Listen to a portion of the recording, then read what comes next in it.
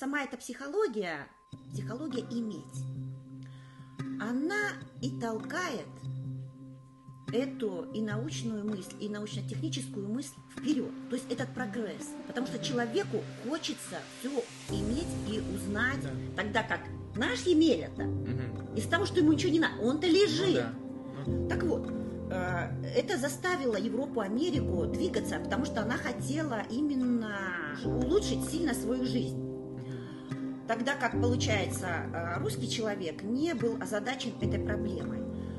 Он как бы был удовлетворен тем, скажем так, что имеет, я условно говорю. Поэтому научно-технический прогресс начал развиваться именно в странах людей с такими качествами, которые хотели что-то иметь. И поэтому они двигались в этом направлении.